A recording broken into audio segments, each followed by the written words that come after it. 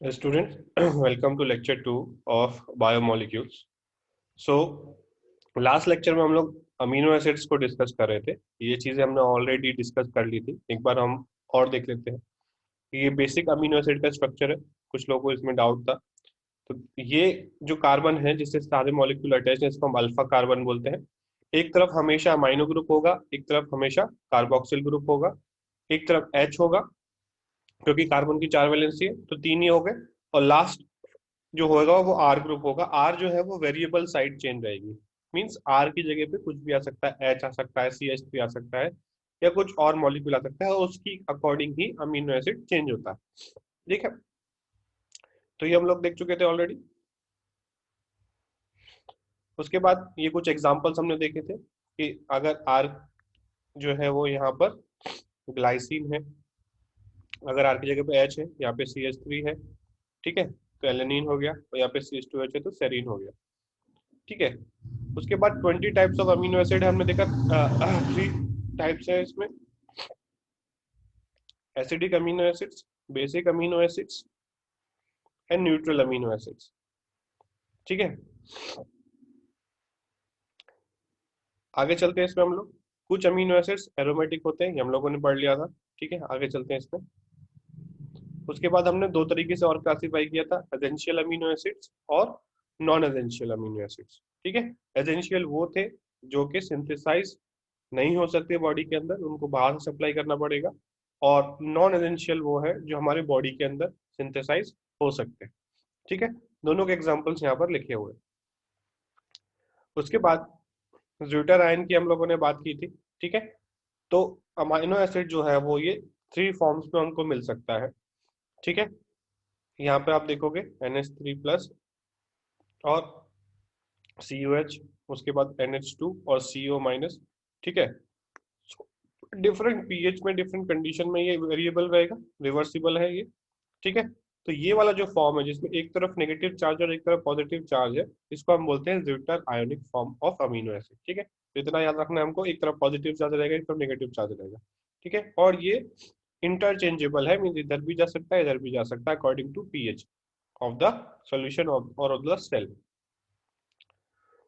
ठीक है, 20 types of amino acids involve in translation. Translation means जो प्रोटीन सिंथेसिस का प्रोसेस होता है उसको हम ट्रांसलेशन बोलते हैं। तो ये 20 टाइप्स हैं, ये इनके शॉर्ट फॉर्म दिए हैं यहाँ पे। ठीक है, ये 12th में हम लोग और डिटेल में पढ़ेंगे। हो सके तो सब लोगों को कोशिश करना है कि ये 20 टाइप्स ऑफ अमीनो एसिड्स के नाम वो याद कर ले एक बार। ठीक है, तो ये क्या है, आपको आगे भी लाइफ में काम आएंगे। तो these are the main 20 types of amino acids which are required for the synthesis of proteins in our body. In our body means in all organisms body. ठीक है, सारे ऑर्गेनिजम्स में ये 20 अमीनो एसिड यूज होते हैं। इनके अलावा भी कुछ होते हैं बट अभी हमारे सिलेबस में वो नहीं है तो हम यहाँ तक ही रखेंगे।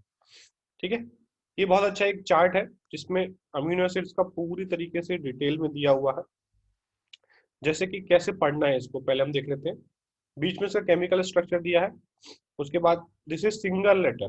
ठीक है, अमीनो एसिड के 3 तरीके के नाम होते हैं, एक तो पूरा नाम, एक सिंगल लेटर कोड और एक 3 लेटर कोड।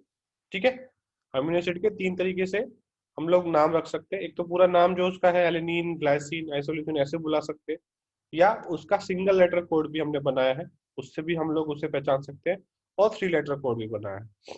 ठीक है, और उसके कोडॉन्स, कोडॉन्स को अभी ध्यान नहीं देना। कोडॉन्स मीन्स वो कैसे डीएनए से बनता है, कौन सा डीएनए कौन सा अमीनो एसिड को कोड करता है, वो आगे 12th में हम देखेंगे, तो कोडॉन्स पे अभी ज्यादा ध्यान नहीं देना। ठीक है, अब देखो रिंग्स भी है। अगर रेड कलर का रिंग है तो एलिफेटिक है। उसके बाद अगर रेड कलर का रिंग तो है बट टूटा हुआ है तो एसेंशियल है, और अगर कंप्लीट रिंग है तो नॉन एसेंशियल है। उसके बाद देखोगे यहाँ पर ग्रीन कलर का रिंग है मीन्स एरोमेटिक है। 3 एरोमेटिक हमें दिख रहे हैं, बट 3 एरोमेटिक में से 1 is non essential and 2 are essential.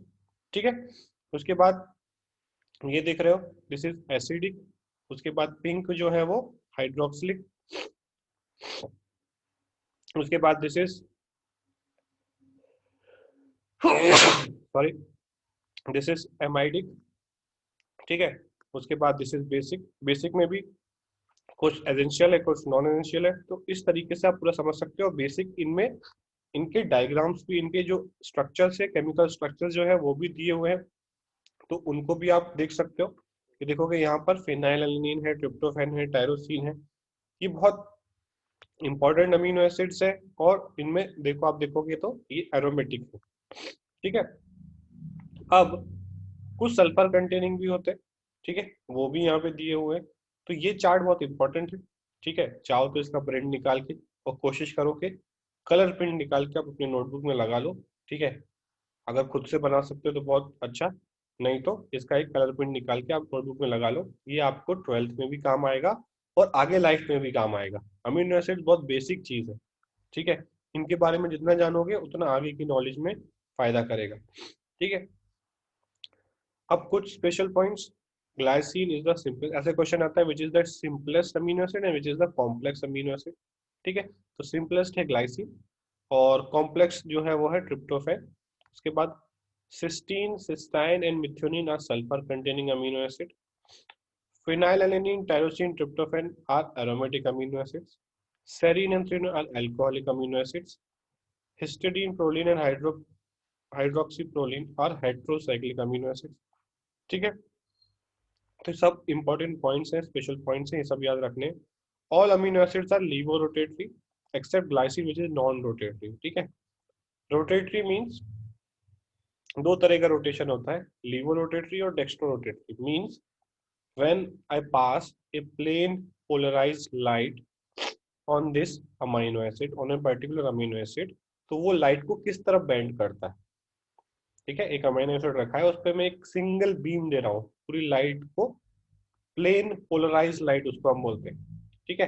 तो प्लेन पोलराइज लाइट में एक अमीनो एसिड पे डाल रहा हूँ, तो वो अगर लाइट को लेफ्ट तरफ शिफ्ट करता है, रोटेट करता है, तो उसे हम लीवो रोटेटरी बोलते हैं। और अगर राइट की तरफ शिफ्ट करता है तो हम उसे डेक्स्ट्रो रोटेटरी बोलते हैं। तो all amino acids are laevo rotatory, और एक्सेप्ट ग्लाइसिन। ग्लाइसिन जो है वो रोटेट ही नहीं करता है लाइट को, ठीक है, क्योंकि उसके पास कुछ आर ग्रुप है ही नहीं। Mainly this is from R group, R group की वजह से ऐसा होता है।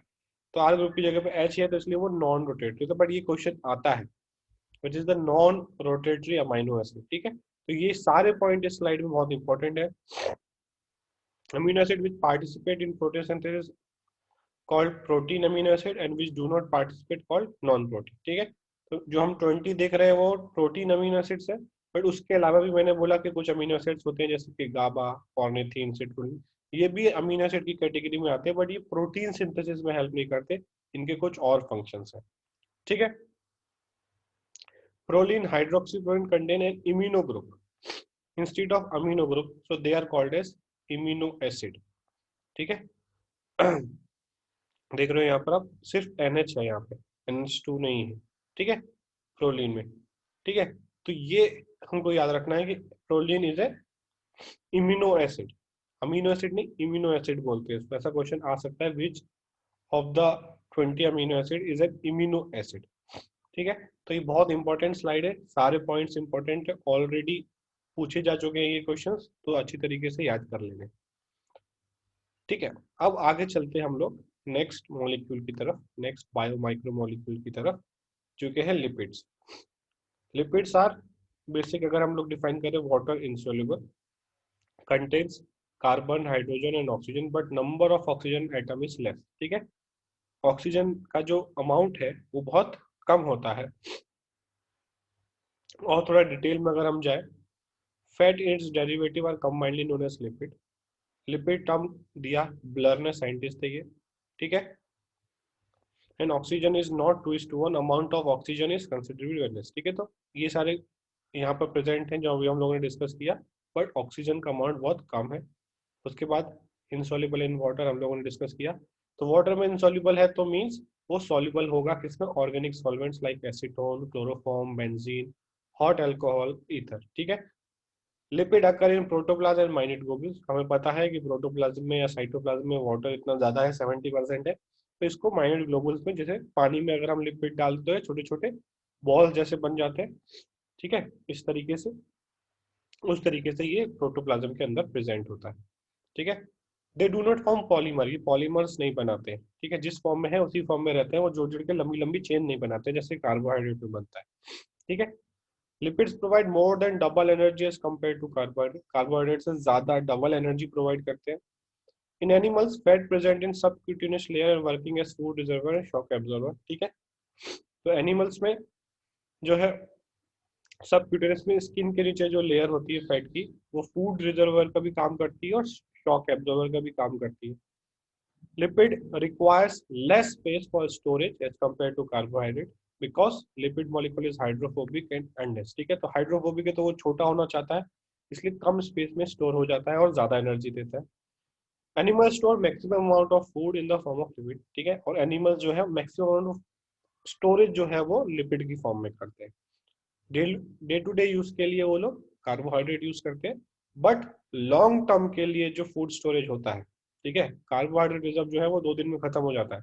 अगर मैं भूखा रहना चालू कर दूं तो ये 2 दिन में मेरा कार्बोहाइड्रेट खत्म। उसके बाद जितने दिन में जिंदा रहूंगा, अगर मैं पानी पी रहा हूँ तो काफी दिन तक जिंदा रह सकता हूँ।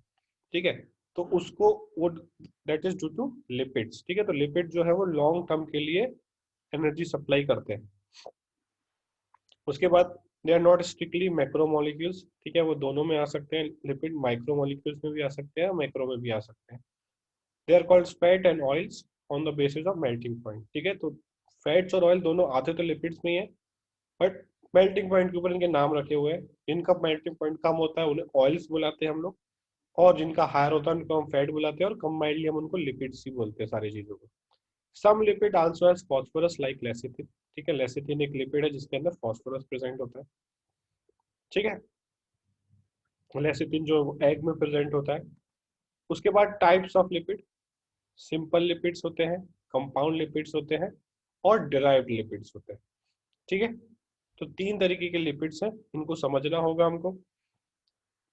ठीक है, तो सिंपल लिपिड स्टार्ट करने से पहले हम लोग फैटी एसिड्स के बारे में पढ़ लेते हैं। ये भी लिपिड्स हैं। सैचुरेटेड फैटी एसिड या unsaturated fatty acids, they have no double और triple bond between carbon atom. अगर मैं सैचुरेटेड की बात करूं तो उनमें कोई डबल या ट्रिपल बॉन्ड नहीं मिलेगा हमें उनके स्ट्रक्चर में। एग्जाम्पल है पामिटिक एसिड, स्टीयरिक एसिड। ठीक है, देखोगे यहाँ पे कहीं भी स्ट्रक्चर में हमें डबल या ट्रिपल बॉन्ड नहीं दिख रहा है। अनसैचुरेटेड फैटी एसिड्स क्या होते हैं? जिनके पास एक या एक से ज्यादा जो है डबल बॉन्ड्स होते हैं, जैसे ओलिक एसिड, एराकिडोनिक एसिड। ठीक है, स्ट्रक्चर में भी आप देख सकते हो कि यहाँ पर हमको एक डबल बॉन्ड देखने को मिल रहा है। ठीक है, तो बहुत सिंपल है डिफ्रेंशिएट करना बिटवीन फैटी एसिड। सैचुरेटेड मतलब जिसमें कोई डबल और ट्रिपल बॉन्ड नहीं हो। एग्जांपल याद करना है पामिटिक एसिड और स्टीरिक एसिड। अनसैचुरेटेड जिसमें कोई एक या एक से ज्यादा डबल बॉन्ड प्रेजेंट हो। Example oleic acid and arachidonic acid. ठीक है, अब ग्लिसरॉल का स्ट्रक्चर अगर हम देखें, इसको हम लोग ट्राई हाइड्रोक्सी प्रोपेन बोल सकते हैं। तो ये स्ट्रक्चर है इसका। ठीक है, इस तरीके का स्ट्रक्चर होता है ग्लिसरॉल का। तो simple lipids they are formed of fatty acids and alcohol like glycerol. ठीक है, तो सिंपल लिपिड किसके बने होते हैं? फैटी एसिड जो हम लोगों ने देखे, और ग्लिसरॉल। ठीक है, fatty acids are lipid with a hydrocarbon chain ending in CH group or RCH group. Example, palmitic acid has 16 carbons. ठीक है, and arachidonic acid has 20 carbons. दोनों सिंपल लिपिड्स में आते हैं, पामिटिक हो या फिर एराकिडोनिक हो। उसके बाद तो fatty acids are esterified with glycerol ester bonds forming monoglyceride, diglyceride, triglyceride. ठीक है, तो ये ग्लिसरॉल है, उसके साथ इसका एस्टर बॉन्डिंग होगा जो भी फैटी एसिड है। ठीक है, जो फैटी एसिड है उसको हम लोग ग्लिसरॉल के साथ बाइंड कराएंगे। एक ग्लिसरॉल के साथ एक फैटी एसिड तो उसको मोनोग्लिसराइड कहलाएगा। ठीक है, 2 फैटी एसिड है तो डाइग्लिसराइड कहलाएगा। ठीक है, और 3 एक ग्लिसरॉल प्लस 3 फैटी एसिड्स है तो मतलब यहाँ पे तीनों पे जुड़ा हुआ है तो ट्राइग्लिसराइड्स कहलाएंगे। ठीक है, तो ट्राइग्लिसराइड्स सबसे ज्यादा कॉमन है, ठीक है, हमारी बॉडी में। आगे चलते हैं। तो based on melting point lipids are of 2 types, fats और ऑयल्स, ये हम लोगों ने देख लिया ऑलरेडी। तो इस तरीके से जो है वो R1, R2, R3। ठीक है, 3 फैटी एसिड जुड़े हैं तो इसको हम लोग ट्राइग्लिसराइड बोलेंगे। और थोड़ा डिटेल में अगर हम लोग देखें सिंपल एंड न्यूट्रल फैट्स को, these are esters of long chain fatty acid and alcohol, ठीक है। उसके बाद in majority of simple lipid the alcohol is a trihydroxy sugar alcohol called as glycerol. Mostly जो glycerol होता है, जो alcohol होता है, और बाकी फैटी एसिड उससे जुड़े होते हैं। एक जुड़ा है तो मोनोग्लिसराइड, दो जुड़े हैं तो डाइग्लिसराइड, और तीन जुड़े हैं तो ट्राइग्लिसराइड। क्वेश्चन क्या आता है कि कौन सा लिंकेज यहाँ पर हमें मिलेगा। These molecules of fatty acid linked with one molecule of glycerol is called as ester bond, ठीक है। तो ये एस्टर बॉन्ड बनाते हैं, ये हमको याद रखना है। Such type of lipids are called triglyceride, glycerol का नाम यहाँ दिया हुआ है। उसके बाद सैचुरेटेड अनसैचुरेटेड हम देख चुके हैं, उनके कुछ और एक्स्ट्रा एग्जांपल्स यहाँ पे दिए हुए हैं, वो आपको याद कर लेने। पॉली अनसैचुरेटेड क्या होते हैं, fatty acid with more than one double bond in their structure, ठीक है, more than one double bond, ठीक है। तो उनको हम बोलेंगे पॉली अनसैचुरेटेड है, तो अनसैचुरेटेड बस उसको पॉली बोल दिया है क्योंकि एक से ज्यादा डबल बॉन्ड प्रेजेंट है। उसके भी एग्जांपल यहाँ पे दिए हैं, वो भी आपको याद करना। उसके बाद unsaturated fatty acids are all called as essential fatty acids because no animal is able to synthesize them। तो unsaturated fatty acid essential है क्योंकि एनिमल्स उसे अपने बॉडी के अंदर नहीं बना सकते, ये हम ऑलरेडी डिस्कस कर चुके हैं। Saturated fatty acids less reactive होते हैं, स्टोर होते हैं बॉडी में और कॉज करते हैं ओबेसिटी। अनसैचुरेटेड जो है वो रिएक्टिव होते हैं और वो मेटाबोलाइज हो जाते हैं बॉडी के अंदर, ठीक है। तो oils with polyunsaturated are recommended by physicians for persons who suffer from high blood pressure. जिनको हाई ब्लड प्रेशर होता है उनको डॉक्टर बोलता है कि आपको जो भी ऑयल यूज करने हैं वो पॉली अनसैचुरेटेड वाले यूज करने हैं, because increasing the proportion of poly unsaturated fatty acid to saturated. ऐसा नहीं कि सैचुरेटेड तो खा ही रहे हैं उसके साथ पॉली भी खाना स्टार्ट कर दिया, सैचुरेटेड की जगह पॉली अनसैचुरेटेड अगर खाएंगे तो वो ब्लड में जो कोलेस्ट्रॉल लेवल है वो कम कर देगा, ठीक है। तो ये एक बहुत इंपॉर्टेंट है इन ऑयल का बैलेंस बनाना। यंग एज में हम सब कुछ खा सकते हैं बट उसका बैलेंस होना चाहिए, कोई भी चीज एक्स्ट्रा अमाउंट में नहीं खानी चाहिए। उसके बाद वैक्सेस, ये भी लिपिड्स में ही आते हैं, सिंपल लिपिड्स में। दे आर मोनोग्लिसराइड, ये मोनोग्लिसराइड है with only one molecule of fatty acid attached to a long chain of monohydroxy alcohol, ठीक है। तो ग्लिसरॉल के साथ एक मॉलिक्यूल जुड़ा होगा। ये ज्यादा रेजिस्टेंट होते हैं इसको टू हाइड्रोलिसिस, आसानी से टूटते नहीं है। प्रोटेक्शन का काम करते हैं, वैक्स प्लांट में होते हैं, ठीक है, ह्यूमंस में भी होते हैं, एनिमल्स में भी होते हैं। ओनली इनका काम है प्रोटेक्शन। ये कुछ एग्जांपल्स दिए हैं जैसे बी वैक्स, कैरानोबा, ठीक है, occurs on leave stem and fruits, spermaceti in skull of whale and dolphin, cerumen जो हमारा ईयर वैक्स होता है, जो कान के अंदर वैक्स होता है, ठीक है, प्रोटेक्शन का काम करता है। Lanolin cholesterol occur in blood, sebum and gonadotropin lubricating agent, ठीक है। तो मोस्टली प्रोटेक्शन लुब्रिकेशन का काम वैक्सेस करेंगे, ये मोनोग्लिसराइड्स होते हैं। तो ये अच्छी तरीके से हमको सिंपल लिपिड्स में याद कर लेना है। तो यहाँ तक हमारा सिंपल लिपिड कंप्लीट हो गया, ठीक है। अच्छी तरीके से नोट्स बना लेने, पहले अमीनो एसिड्स के अच्छे से बना लेने, फिर लिपिड्स के बना लेने। लिपिड्स का क्लासिफिकेशन है सिंपल, कंपाउंड और डिराइव्ड। सिंपल लिपिड्स में जो भी चीजें थी वो हम लोगों ने डिस्कस कर ली। अब नेक्स्ट लेक्चर में हम लोग डिस्कस करेंगे about compound lipid and derived lipids, ठीक है। बहुत इंपॉर्टेंट चैप्टर है, तो अच्छी तरीके से समझो, जहाँ पे भी दिक्कत आती है वो आप लाइव क्लास में उस चीज को पूछो, अच्छी तरीके से वहाँ पे भी डिस्कस हम लोग करेंगे, ठीक है। समझना बहुत जरूरी है, इस चैप्टर को याद नहीं किया जा सकता, समझना बहुत जरूरी है। तो अच्छी तरीके से इसको हमको समझना है, ठीक है, और जो भी डाउट आता है उसको पूछ लेना, ठीक है। और साथ के साथ एनसीईआरटी भी पढ़ती रहने, एनसीईआरटी जितना पढ़ोगे उतने डाउट्स, उतने आपके कॉन्सेप्ट क्लियर होंगे, ठीक है। Thank you.